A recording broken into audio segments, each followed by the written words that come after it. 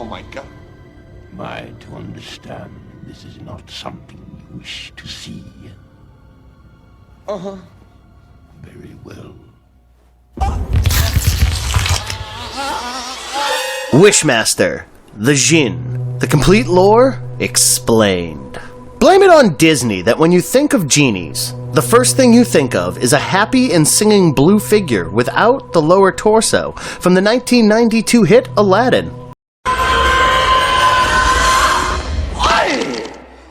10,000 years will give you such a crick in the neck. Robin Williams' unique and amazing representation of the character is remembered to this date, and it's the first thing that comes to mind when people think of a genie. But that is not all that a genie is. In Islam, while angels are made from light, men from the earth, Djinns are made from smokeless fire. They are bound to forever exist between the void of the world of angels and humans. And genies can be good or bad. The genie in Aladdin was a good one. Robert Kurtzman's Wishmaster explores the bad side of the genie. It follows the story of a genie that goes by the name of the Wishmaster, who will fulfill your 3 wishes, but not as you would expect him to. That is what the movie starts in 1127 in Persia, when the emperor asked the Wishmaster to make him see the wonder no one has seen before. The Wishmaster tortures, mutilates, and even mutates people into dangerous creatures in the Grand Palace. It can be said, it is a wonder no one else has seen till now. That's the Wishmaster for you. Despite its low budget, the movie was an instant hit and was the second most watched movie on the opening weekend. It spawned a franchise,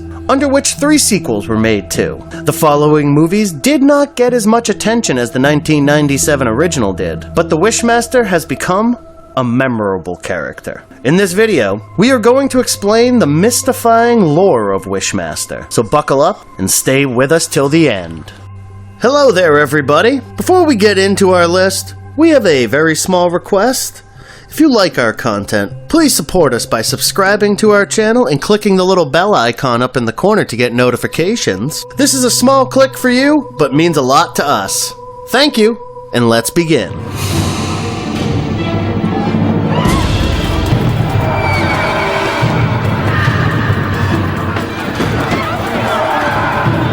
Who is the Wishmaster? The Wishmaster is a genie from the void, from the between worlds of angels and men. He is angry because he carries centuries worth of ignorance and hate in his heart. As the Djinn is bound by the laws of God, those who wake him will get 3 wishes they want, but in a way that you'll regret wishing for them. And when he's done granting your wishes, he will be unshackled. He will also free his fellow genies from the void, and they will do anything to rule the earth. Torture, maim, mutilate, or kill. They have 0 qualms about any and all of them. They will indulge in them as they wish. What makes it worse, for humans, is that they are immortals. Stab them with as many swords and knives as you like. Shoot them with guns, rifles, bazookas, or tanks.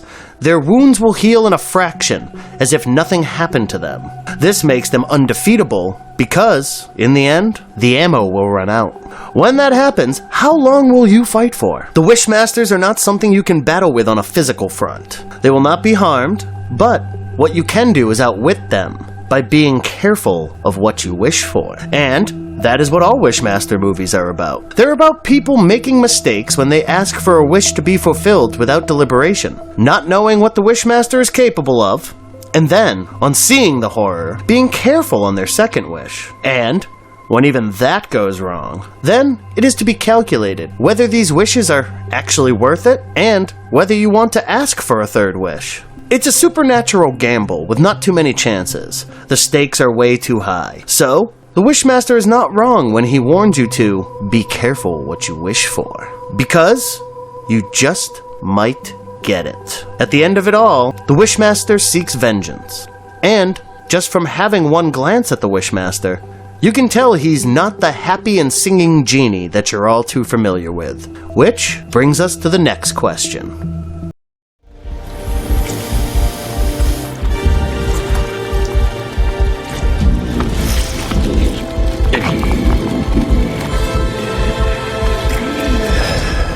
What does the Wishmaster look like? Although the Wishmaster is a shapeshifter, he does have a true form that is naturally hideous. It has green, rough and wrinkled skin. He has razor-sharp teeth, contrasting that with the dark lips that match the color of his twisted horn. And the horns seem to move like snakes sometimes, as if they are his limbs. You can tell he's waiting for a mistake to happen so he can take advantage of the situation and mentally damage the one making the wish. His gurgling and snake-like voice accentuates his aura.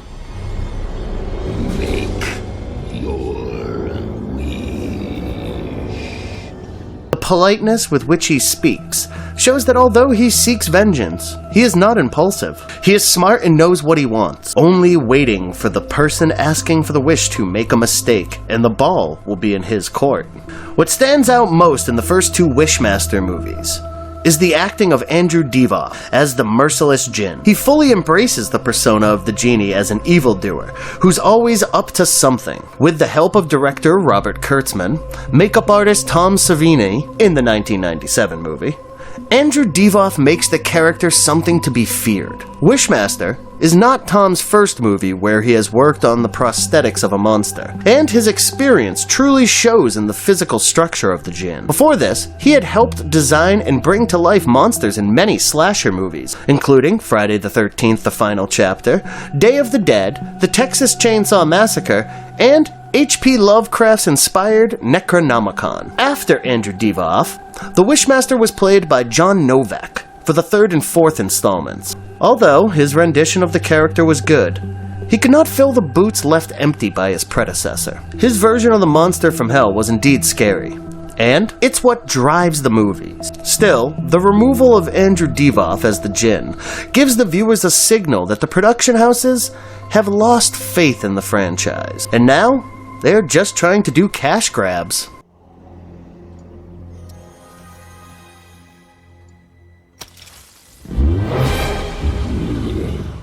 I claim that which is owed.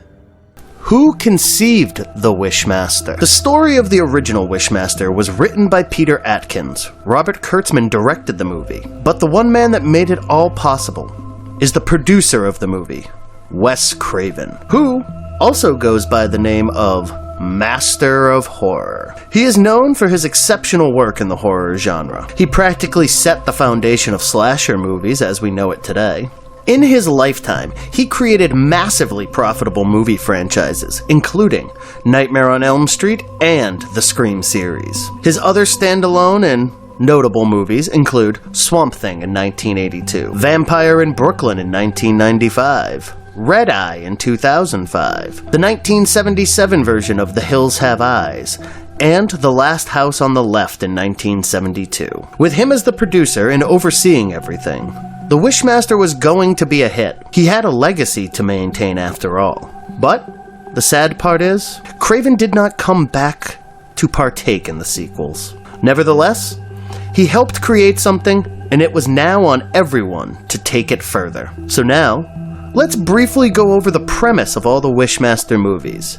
And we will try to hold back on the spoilers as much as we can. Let's begin. You want the pain to cease? Yes. As you wish. Number 1, Wishmaster from 1997. The movie starts in the year 1127 in Persia, when the emperor is now ready to make his second wish. He wishes to see wonders, and the Wishmaster tortures and mutilates people in the palace, as the emperor watches in horror at what he has unleashed upon himself. The Wishmaster tempts the emperor with a third wish, that he can make things right. He only has to wish for it. A sorcerer, named Zoroaster, enters before the emperor can make the third and final wish, and he releases the Wishmaster from his binds. He traps the Wishmaster in a fire opal. Now, in present-day America, while Raymond Beaumont, played by Robert Engel, is supervising the lowering of an antique Aurora Mazda statue, the crane operator, Mickey, played by Joseph Paletto, is drunk on the job and accidentally drops the statue, and in the process, kills a colleague. Meanwhile, the fire opal from the statue gets stolen. A whole new terror reigns free as the gem eventually explodes in a pawn shop and the Wishmaster is free again. This sets in motion the plot wherein the Wishmaster wants to grant 3 wishes so he can be free, and people involved trying their best to not let him at that. An interesting thing about this movie is the cameos. A host of actors who have played slashers in slasher movies have their cameos in this movie, making it a good exercise to remember how many and which of these actors have you seen as monsters in other slasher movies. There's Robert Englund, who played Freddy Krueger in A Nightmare on Elm Street, Kane Hodder, who played Jason Voorhees in the Friday the 13th movies, Tony Todd from the Candyman movies, Ted Raimi from the Evil Dead movies, Joseph Paletto from Day of the Dead, Rico Ross from Aliens, George Buck Flower, who played minor roles in horror movies directed by John Carpenter, Reggie Bannister from the Phantasm movies, and Chris Lemmon from Just Before Dawn. Watch the movie and see how many of them you can figure out. The time is come. Fulfill the prophecy. Number 2, Wishmaster 2. Evil Never Dies, 1999. Directed and written by Jack Shoulder, the movie follows an attempted robbery in a museum when a gunshot accidentally releases the Wishmaster from his confines. He grants the wish of an unlucky fellow who wishes he was never born, soon after which, he is arrested after he takes the human form. Meanwhile, Morgana Truscott, played by Holly Fields, whose stray gunshot released the genie, is haunted with nightmares after seeing the Wishmaster in his true and full form in the museum. Their fates are intertwined, and he chases her. So while the Wishmaster attempts to escape the prison by granting wishes and killing people, Morgana tries to purify her soul with rituals and eventually finds out about the genie. It becomes a cat and mouse game of who reaches whom first. The Wishmaster is not someone to play with, and she knows it well.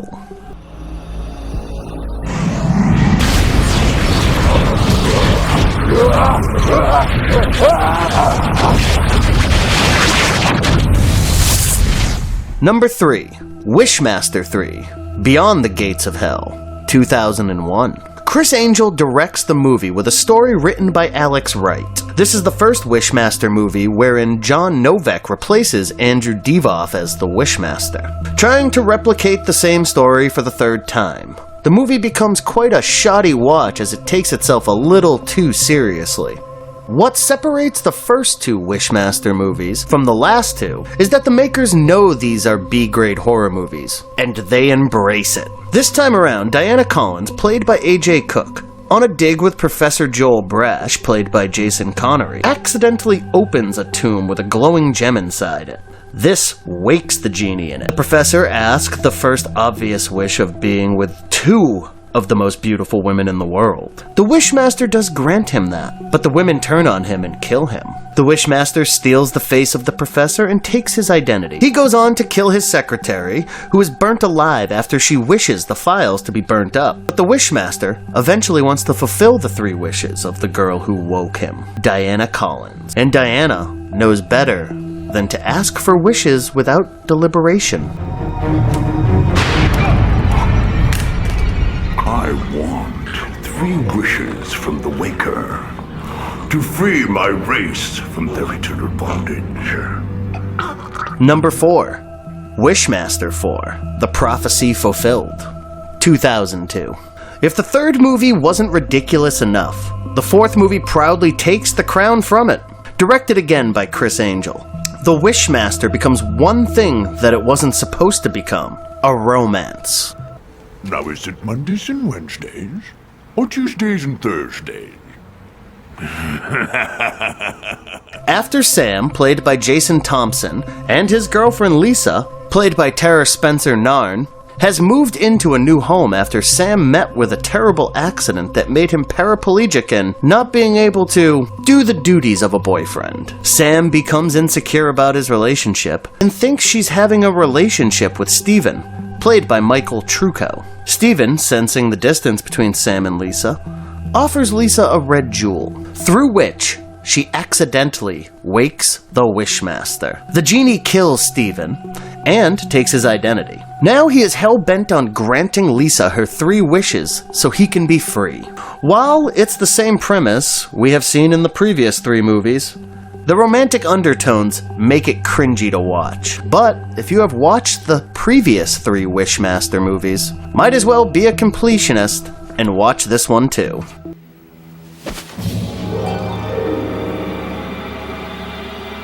Do not play with forces you don't understand, or you will suffer the consequences. Will there be a 2020 reboot or sequel? While we would love for that to happen, even Andrew Divoff, the original Wishmaster, has said if there is a reboot, he would love to reprise his role. There is no such news whether there will be a Wishmaster 5. In fact, Andrew Divoff loves the character so much that he wrote the script for the 3rd movie, which was rejected because of the budget constraints. If someone in Hollywood can arrange the budget, that would make Andrew Divoff's script a reality. It would be epic. Until then, we can wish for it. The only thing is, unless we want something on the lines of Wishmaster 3 and 4, we have to be careful of our wishes.